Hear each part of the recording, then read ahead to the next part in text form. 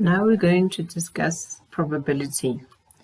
So probability refers to the likelihood of an event occurring given all the possible outcomes of that experiment. All right. So let's say, for instance, I had to roll a die. Okay. So my sample space, basically, it's all the possible outcomes. My die could land on 1, 2, 3, 4, 5, or 6. Okay. So if I wanted to know what is the probability, okay, of me landing on 2, for example, right? Then I go and I look at my sample space and I see how many outcomes here end up with a 2. There's only just one, all right? And then I divide that value by the total number of outcomes, which is 6, okay? The probability of me getting a 4, again, I look at my outcomes that have a 4, there's only just one out of a total of 6. Another example, if you flip a coin, okay, you get heads or tails. So the probability of me getting heads when I flip that coin is going to be how many heads outcomes are there? There's just one. And then what is the total number of outcomes? It's 2, okay? And the probability of me getting tails is the same thing. How many tails are there in my sample space? Just one. And how many total outcomes are there? It's 2. And what do we notice here?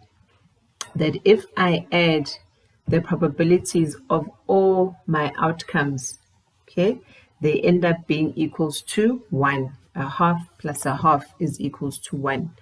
Here, all my probabilities, probability of getting a 1 is 1 over 6. Probability of getting a 2 is 1 over 6. 3, 1 over 6. 4, 1 over 6. 5, 1 over 6. 6, 1 over 6. And if I add all of those by my, okay, so if I add all of those, then I get 6 out of 6, which is equals to 1. So this then tells us that probability lies between, of an event, lies between 0 and 1. Okay, back to my die. If now, let's say, I wanted to find, okay, the probability of my die rolling on and landing on even numbers. Okay, so what is the probability?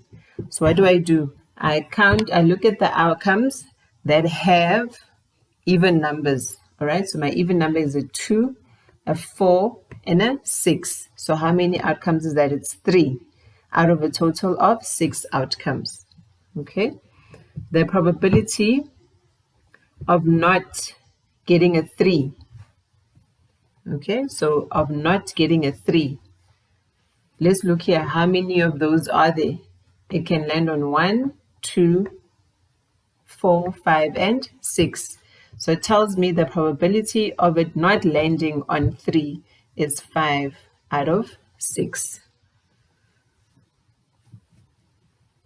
Okay, the probability of getting a value that is less than 4.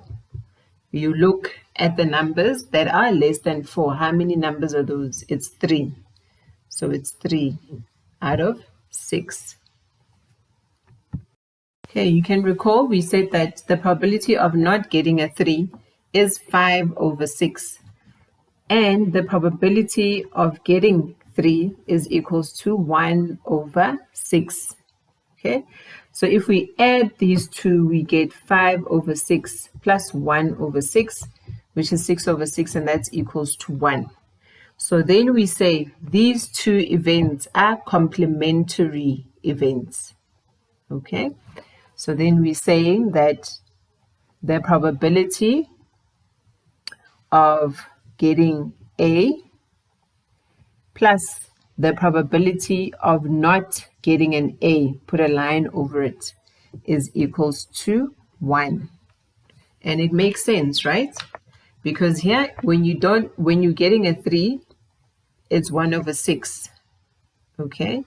And when you don't get a 3, the probability of not getting a 3, it's 5 outcomes here that don't get a 3. So then it's 5 over 6. And when you add it, then it's equals to 1.